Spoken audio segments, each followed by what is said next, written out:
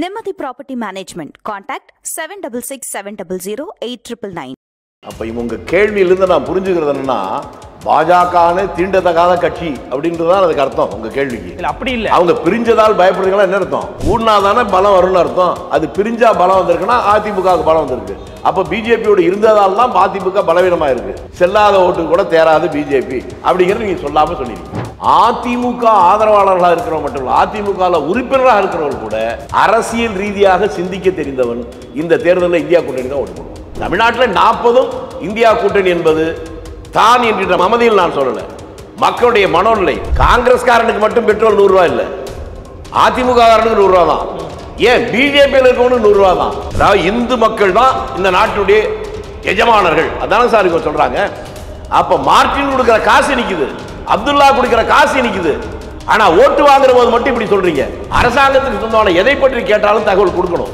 ஆனா இவங்க இந்த தேர்தல் பாண்டு கேட்டா ஆர்டிஐல வராதுன்னா இதுக்கும் அரசாங்கத்துக்கு என்ன சம்பந்தம்? எந்த தேர்தல் பத்திரத்தை ஒரு கட்சிக்கு கொடுப்பதற்கும் கவர்னன்ஸுக்கும் என்ன சம்பந்தம்னு கேட்கும். இல்ல இது அவங்க பாஜக தரப்புல என்ன சொல்றாங்க அப்படின்னா, இது ஊழல்னு வந்து வகைப்படுத்த முடியாது, வெளிப்படைத்தன்மை இல்லைன்னு வேணா சொல்லுங்க, அது வெளியில சொல்லிட்டு போயிடுறோம். ஆனா இதனால ஒரு காமன் மேனுக்கு பாதிப்பு இருக்கா? இது ஒரு திட்டத்தில் நடைபெறக்கூடிய ஊழலா, அரசாங்கத்தில் நடைபெறக்கூடிய ஊழலா? சிகப்பு வழக்கு பதில இருக்கிறவ அதுல சம்பாதிக்கிறவ நான் நேர்மையா தான் சம்பாதிக்கிறேன் சொல்றதுக்கும் அரசாங்கத்தில் ஆட்சியில் இருக்கிறவன் இதுல யாருக்கு பாதிப்புன்னு சொல்றதுக்கு வேறுபாடு இருக்கு. இது ஊழல் இல்லங்கிறாங்க பாஜக.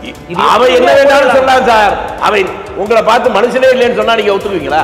பாஜகவை நேரடியாகவோ மறைமுகமாகவோ ஆதரித்தால் அவன் கொலை செய்யலாம், கொள்ளையடிக்கலாம், எது வேணாலும் செய்யலாம். பில்கிஸ் பானு 10 பேர் கற்பழிச்சவருக்கான அவனை கூட கண்ணியவான்கள் சொன்னாங்கல்ல.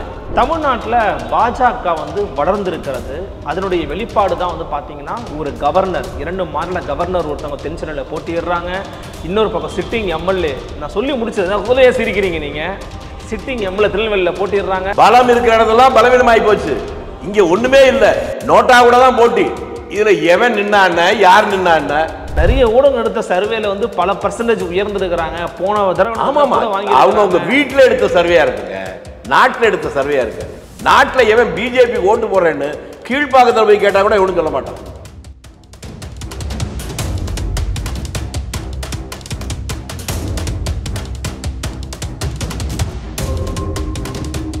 ஃபோர்த் ஸ்டேட் தமிழ் நேயர்களுக்கு வணக்கம். இன்று நமது ஃபோர்த் ஸ்டேட் தமிழ் ஊடகத்தின் பெரிதும் பெரிதுக நிகழ்ச்சியிருந்திருக்கிறார் காங்கிரஸ் கட்சியிலிருந்து மூத்த தலைவர் மருதகுல திருச்சி வெளிச்சாமி அவை.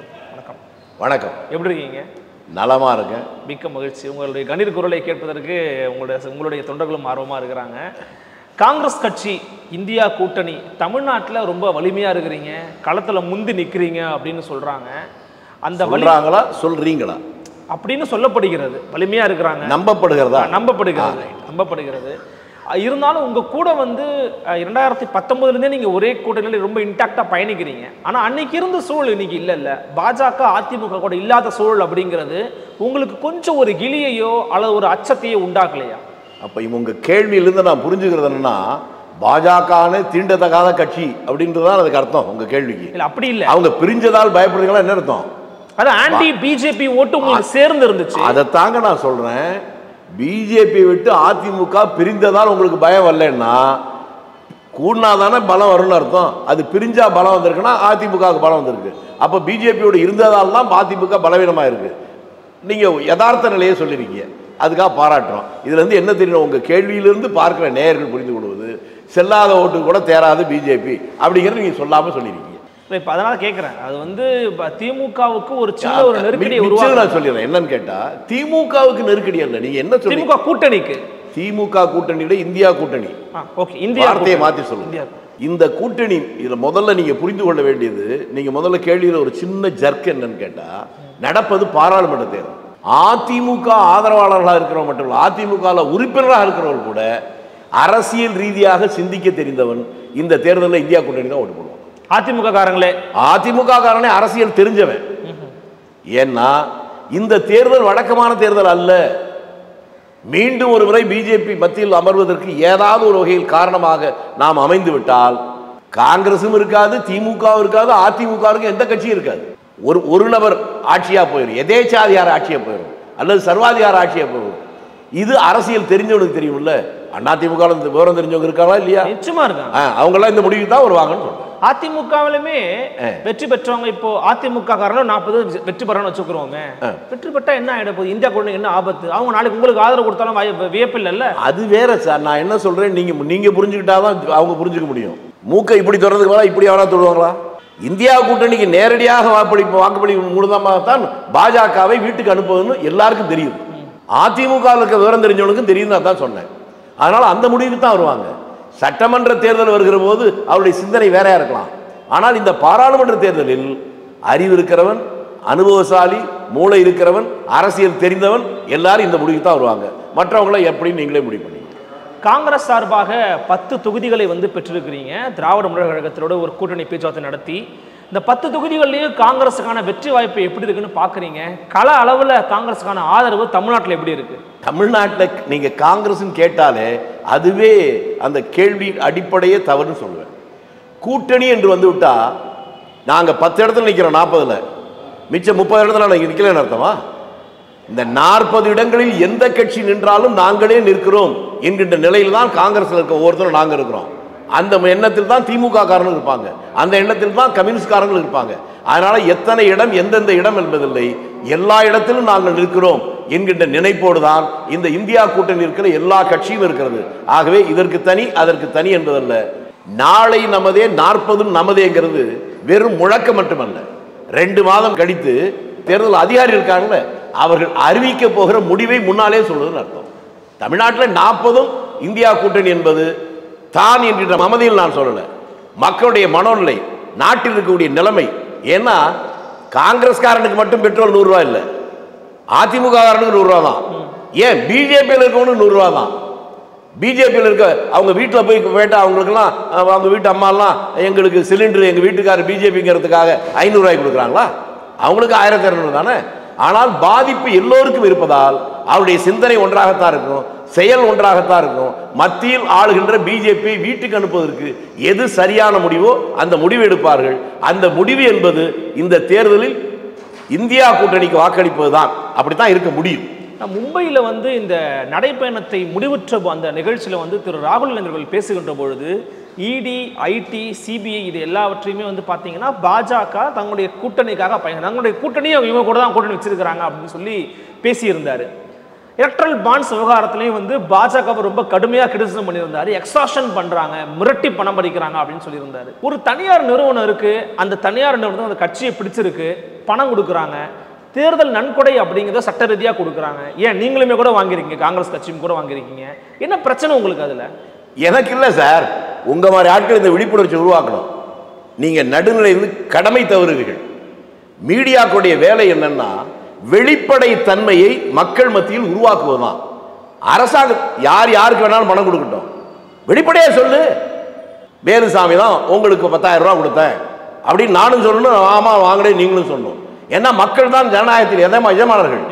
எலக்ட்ரல் பாண்ட் என்கின்ற பெயரால் நீங்கள் லஞ்சம் வாங்குவதை நியாயப்படுத்த முயற்சிக்கிறீங்க. அது காங்கிரஸ் கொடுத்தாலும் சரி, கம்யூனிஸ்ட் கொடுத்தாலும் சரி, ஏன் எந்த கட்சிக்கு கொடுத்தாலும் சரி, அது வெளிப்படையா மக்களுக்கு தெரியணும் இல்ல. நீங்க ஒரே நாடு, ஒரே மக்கள், ஒரே மொழி, ஒரே மதம்ங்கிறீங்கல்ல. தமிழ்நாட்டில் இருக்க மார்ட்டின்கிற கிறிஸ்டியன் பணம் கொடுத்தா மட்டும் 500 கோடி இனிக்குதா? அப்பதானே மக்களுக்கு தெரியும். அதாவது இந்து மக்கள் தான் இந்த நாட்டுடைய எஜமானர்கள், அதான சார் இவங்க சொல்றாங்க. அப்ப மார்ட்டின் கொடுக்கிற காசு நிக்குது, அப்துல்லா கொடுக்கிற காசு நிக்குது. ஆனா ஓட்டு வாங்குற போது மட்டும் இப்படி சொல்றீங்க. இந்த எண்ணம் எப்ப வெளிப்படையா வரும்? இந்த யார் யார் பணம் கொடுத்தாலும் தெரிஞ்சாதானே வரும். அரசுக்கு சொந்தமான ரயில் இதை எங்க நீங்க பார்க்கணும்னு கேட்டா, முதல் இந்தியாவில் ரயில ஒரு ரயிலை வந்து தனியாருக்கு கொடுத்தாங்க. கோவையிலிருந்து சீரடிக்கு போறது. அது யாருக்கு சொல்லுங்க? யாருக்கு கொடுத்துருக்காங்கன்னு கேட்குறீங்களா? ஆமா, ஓ தனியாருக்கு தான் கொடுத்தாங்க. தனியார் தான் யாருன்னு கேட்டேன். அவர் தான் மார்ட்டின். அந்த மார்ட்டினுக்கு அந்த ரயிலை எப்போ கொடுத்தாங்கன்னு சொல்லிட்டு இந்த எலக்ட்ரல் பாண்ட் எப்போ கொடுத்தாங்க அதையும் ரெண்டு வந்துட்டா இந்த பணம் முன்னால் கொடுக்கப்பட்டதா பின்னால் கொடுக்கப்பட்டதா அப்படிங்கிற உங்களுக்கு தெரிஞ்சிடும். இதை இன்னொன்னு உங்களுக்கு புரியுற மாதிரி சொல்றேனே, நான் சொன்னா நீங்க ஒத்துக்க வேணாம். பிஜேபியில் இருக்கக்கூடிய நம்ம நண்பர் சுப்பிரமணிய சாமி வெளிப்படையா சொன்னார். இப்ப சொல்ல 6 மாதங்களுக்கு முன்னால சொன்னார். அரசுக்கு சொந்தமான விமானங்களை டாடாவுக்கு அரசு கொடுத்தது, அதற்கு பிரதிபலனாக 350 கோடி ரூபாயை டாடாவிடம் வந்து பாஜக கட்சி வாங்கி இருக்கிறது சொல்லி 6 மாசம் ஆச்சு. இது ஒன்றும் மத்திய அரசு மறுத்திருக்கா? பாஜக மறுத்து இருக்கா? யார் யாரோ குதிக்கிறாங்க, கூத்தாடுறாங்கல்ல, அதுக்கு ஏன் பதில் சொல்லல? பதில் சொல்லலைனாலும் பரவாயில்ல, எங்கள் மீது நாங்க வந்து எவ்வளவு பெரிய உத்தமர்கள், எங்கள் மீதா 350 கோடி ரூபாய் ஊழல் சொல்ற, 1.5 கோடி ரூபாய் ஊழல் சொல்லிதானங்க நீங்க நம்ம ஊர்ல நம்ம விழுப்புரம் மந்திரிய வீட்டுக்கு அனுப்பிச்சிங்களா? 450 கோடி ரூபாய் ஊழல் சுப்பிரமணிய சாமி சொல்றாருல்ல. ஒண்ணு ஒத்துக்குங்க, ஒத்துக்கிட்டு வெளியே போங்க, இல்லைன்னா அவர் மீது கேஸ் போடுங்க. இது போல பல செய்திகள் வெளியே வரணுங்கிறதுக்கு தான் யார் கொடுத்தார்கள், எப்போது கொடுத்தார்கள், எவருக்கு கொடுத்தார்கள் காட்டணும்னு நினைக்கிறோம். அதோட இன்னொன்று என்னன்னு கேட்டா, ஒரு அரசாங்கம் என்பது வெளிப்படைத்தன்மையாக இருக்கணும். சீசருடைய மனைவி சந்தேகத்திற்கு அப்பாற்பட்டவளாக இருக்கணும். அதற்காகத்தான் மறைந்த காங்கிரஸ் கட்சியுடைய தலைவர் முன்னாள் பிரதமர் ராஜீவ் காந்தி தெளிவாக ஒன்றை செய்தார். ஆர்டிஐன்னு ஒன்று கொண்டு வந்தார்ல, தகவல் அறிவியும் உரிமை சட்டம். அரசாங்கத்துக்கு சொந்தமான எதை பற்றி கேட்டாலும் தகவல் கொடுக்கணும். ஆனா இவங்க இந்த தேர்தல் பாண்டு கேட்டா ஆர்டிஐல வராதுன்னா, இதுக்கும் அரசாங்கத்துக்கு என்ன சம்பந்தம்? எந்த தேர்தல் பத்திரத்தை ஒரு கட்சிக்கு கொடுப்பதற்கும் கவர்னன்ஸுக்கும் என்ன சம்பந்தம்னு கேட்குறீங்க. நீங்க எந்த உலகத்தில் இருக்கீங்க? எப்படி அவங்களே நேரா கொடுத்தாங்களா? வங்கி மூலமா தான் கொடுத்தாங்க. வங்கியோட யாருடைய கண்ட்ரோல் இருக்கு? வங்கி அரசாங்க கண்ட்ரோல்ல இருக்கு. அவன் தானே சொல்லணும். நான் என்ன கேட்கிறேன், அது ஒரு மறுப்பு சொல்றாங்க. ஃபார் எக்ஸாம்பிள், இப்ப அருளரசு நான் உங்களுக்கு ஒரு கட்சிக்கு நிதி தராங்க, நான் இப்போ காங்கிரஸுக்கு நிதி கொடுத்துட்டேன் அல்லது பிஜேபிக்கு நிதி கொடுத்துன்னு வச்சுக்கிறோமே, நான் தான் நிதி கொடுத்து வெளியே தெரிஞ்சதுன்னா என்னை 4 பேர் மிரட்ட மாட்டாங்கன்னு நினைச்சியும், என்னை போய் முடக்க மாட்டாங்கன்னு நினைச்சியும், என் நிறுவனத்துக்கு பாதுகாப்பு யார் கொடுப்பாங்க? அரசாங்கமே பாதுகாப்பு கொடுக்காதுன்னு சொல்றீங்க, கரெக்டா? உருவாகலாம். நான் என்ன கேட்கிறேன், அரசுக்கு சொந்தமான வங்கிகள் மூலமா தான் கொடுக்குது. ஆமா, இதுல ரகசியம்னா அது திருட்டுத்தனம் தான் அர்த்தம்.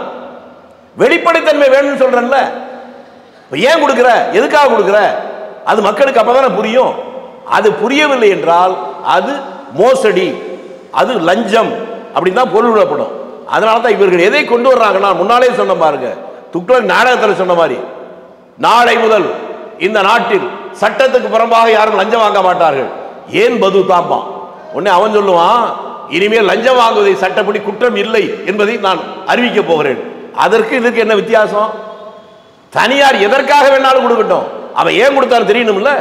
நான் உங்களை திருப்பி அதான் கேட்கிறேன். தனியார் கொடுத்தாரு, மார்டின் உதாரணத்துக்கு நம்ம ஊருக்கான வச்சுக்கோம், 1300 கோடி ரூபா மொத்தம் கொடுத்துருக்கான்னு தெரியுது.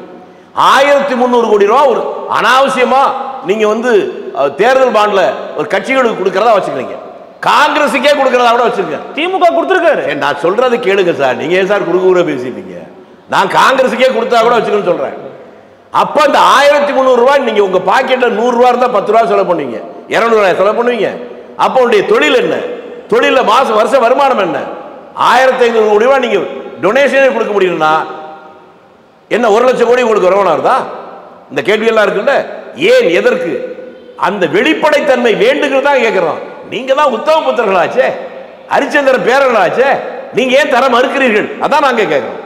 இல்லை, இது அவங்க பாஜக தரப்புல என்ன சொல்றாங்க அப்படின்னா, இதை ஊழல்னு வந்து வகைப்படுத்த முடியாது, வெளிப்படைத்தன்மை இல்லைன்னு வேணா சொல்லுங்க, அதை வெளியில சொல்லிட்டு போயிடுறோம். ஆனா இதனால ஒரு காமன் மேனுக்கு பாதிப்பு இருக்கா? இது ஒரு திட்டத்தில் நடைபெறக்கூடிய ஊழலா, அரசாங்கத்தில் நடைபெறக்கூடிய ஊழலா, ஒரு சாதாரண பேர் என்ன பேருன்னு கேட்கிறேன்.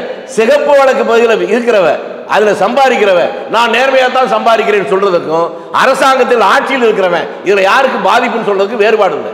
இது அரசியல் வேசித்தனம். இப்படி ஒப்பீடு செய்யலாம். நிச்சயமா இதுதான் ஒப்பீடு, இதை தவிர வேற ஒண்ணும் இல்ல.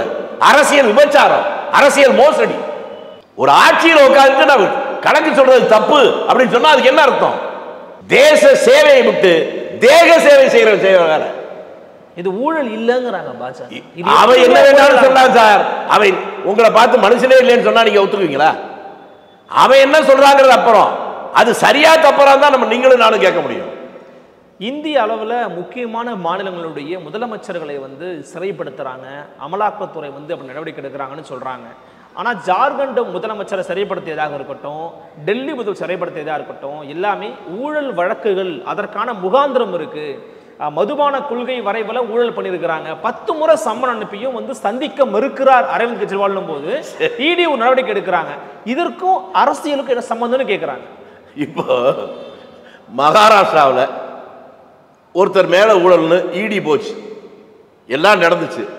இப்போ ஒரு பிஜேபியில் சேர்ந்து பிஜேபி மத்திய அந்த அமைச்சரெல்லாம் மந்திரி ஆயிட்டார், அந்த வித்திரெல்லாம் போயிடுச்சு. அதை விடுங்க சார்.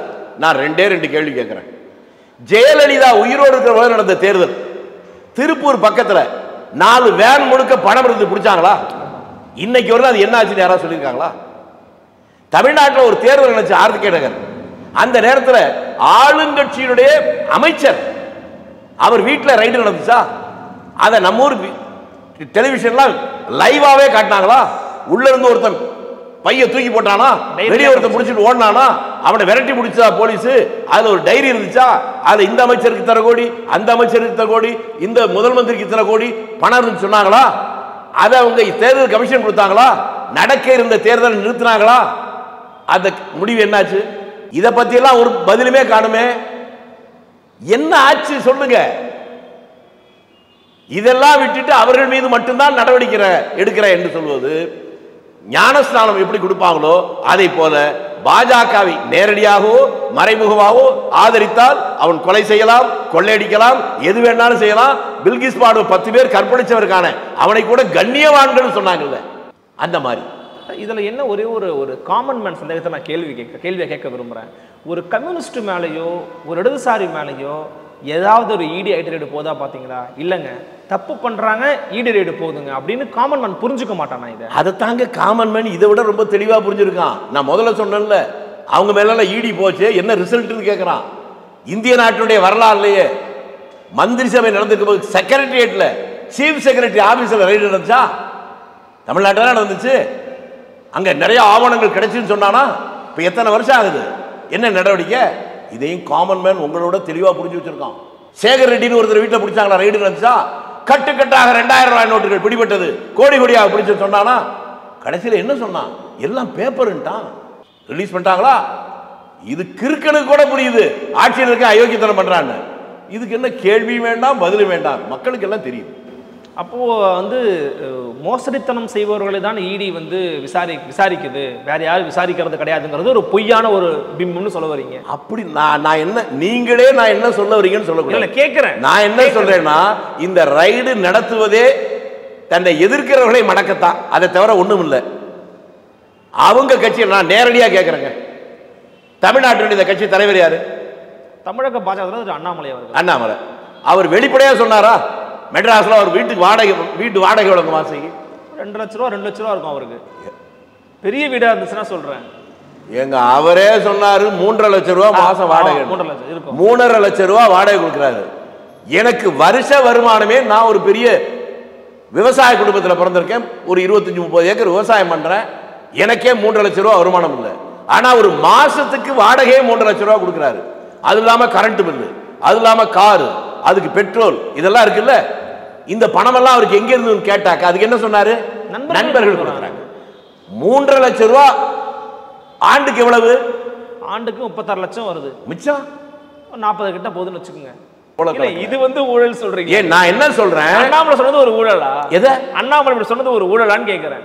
அண்ணாமலை சொன்னதா? அண்ணாமலை எனக்கு வீட்டு வாடகை ஃப்ரெண்ட்ஸ் கொடுக்குறாங்க, அதை தாங்க சொல்றேன். அனாவசியமா ஒருத்தன் 40 லட்சம் ரூபாய் கொடுக்குறான் வருஷத்துக்கு வீட்டு வாடகைக்குன்னா அவன் எதுக்காக கொடுப்பான்? கட்சி வளரணும், தேசம் வளரணும், சரி பாஜக வளரணும், சரி வளரணும். அவனுக்கு வருமானம் முறையா வந்துச்சா? அவன் இன்கம் டாக்ஸ் கட்டண கேட்க வேண்டியது அரசாங்கத்துக்கு வேலை இல்ல? இருக்கா இல்லையா? கேட்கணும். ஏன் கேட்கல? யாரு கொடுத்தானா கேட்கணும்ல. உங்களுக்கு தெரியுமா? எனக்கு தெரியாது. காமராஜர் இந்த காலத்துல 5 ரூபா வாங்கின கூட அதை கூட கொண்டு போய் கொடுத்து வச்சார் கட்சியில. யாருகிட்ட வாங்கணும்னு சொன்னார். இவன் வாடகை கொடுக்கிறவனே யாரு கொடுக்குறேன்னு இன்னைக்கு வரணும் சொல்லியே. 3.5 லட்சம் ரூபா வாடகை, இது இல்லாம மாசைக்கு 4 தடவை டெல்லியில பிளைனுக்கு போயிட்டு வர்றாரு. இதெல்லாம் எவன் கொடுக்குறான்? தேசிய கட்சிங்க. அது தேசிய கட்சி, கட்சிக்காரங்க கொடுப்பாங்க காசு. அதைத்தான் யாருன்னு கேட்கிறேனா? நீங்களும் நானும் நம்ம வீட்டு பிள்ளைங்க கல்வி கடன் வாங்கலாம், வீட்டில் வந்து மிரட்டுறானா? ஏன் தஞ்சாவூர்ல டிராக்டர் லோன் வாங்கி எல்லாம் டியூவும் கட்டி 4 டியூ கட்டலைங்கிறதுக்காக அவனை தெருவில் அடிச்சு எடுத்துட்டு போனாங்களா? எத்தனை லட்சம் கோடி அம்பானி அதானி அந்த கம்பெனிகளுக்கு, கார்பரேட் கம்பெனிகளுக்கு இந்த ஆட்சி தள்ளுபடி பண்ணுச்சு. அதெல்லாம் எதுக்காக பண்ணாங்க? அவளை கடை வாங்கினால தள்ளுபடி பண்றதுக்காக அவருடைய சொத்துக்களை நீங்க ஜப்தி பண்ணிருக்கணும். வெறும் சில லட்சங்கள் வாங்கினதுல 2-3 டியூ மட்டும் கட்டாத விவசாயி ரோட்ல அடிச்சு எடுத்துட்டு போவீங்க. அம்பானி அதானி வீட்டுக்கு போனாக்க அவங்க பொண்டாட்டியை பார்த்து குனிஞ்சு கும்பிடுவார் பிரதம மந்திரி. இதெல்லாம் ஊழல்னு சாதாரண பாமரனுக்கு தெரியுது ஊழலுடைய பின்னணி தான். உங்களுக்கு புரியலன்னு நான் ஒன்றும் பண்ண முடியாது. தமிழ்நாட்டில் பாஜக வந்து வளர்ந்திருக்கிறது, அதனுடைய வெளிப்பாடு தான் வந்து பார்த்தீங்கன்னா ஒரு கவர்னர், 2 மாநில கவர்னர் ஒருத்தவங்க தென்சென்னையில் போட்டிடுறாங்க. இன்னொரு பக்கம் சிட்டிங் எம்எல்ஏ, நான் சொல்லி முடிச்சது அதுலேயே சிரிக்கிறீங்க நீங்கள், சிட்டிங் எம்எல்ஏ திருநெல்வேலியில் போட்டிடுறாங்க. தமிழக பாஜக தலைவர் அண்ணாமலை கோயம்புத்தூரில் போட்டிடுறாரு. ஒரு கிளி ஏற்படுகிறது தமிழக அரசியலில் எதிர்கட்சிகளுக்குன்னு சொல்கிறாங்க. எப்படி பார்க்குறீங்க? இப்போ இன்னைக்கு டிவி எல்லாம் பார்க்கலையா நீங்கள்? நான் பார்த்தனே. பார்த்தீங்களா? பார்த்தனே. நேற்று 2 வேட்பாளர்கள் குஜராத்தில் பிரதம மந்திரியுடைய சொந்த ஊரில் அறிவித்த வேட்பாளர் ஐயாசாமி என்ன விடுண்டான், 3 பேர் போயிட்டான். இன்றைக்கு காலையில் உத்தரப்பிரதேசத்தில் ஒரு வேட்பாளர் அறிவிச்ச வேட்பாளர் நான் நிக்க மாட்டேன் வேற யாரா போட்டு கேட்டான்.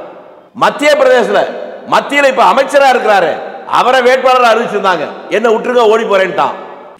டெல்லிக்கு அருகில் இருக்கிற ஹரியானா அதுல சிட்டிங் எம்பிக்கள் 2 சிட்டிங் எம்பிக்கள் பிஜேபி கார காங்கிரஸ்ல சேர்ந்திருக்கான்.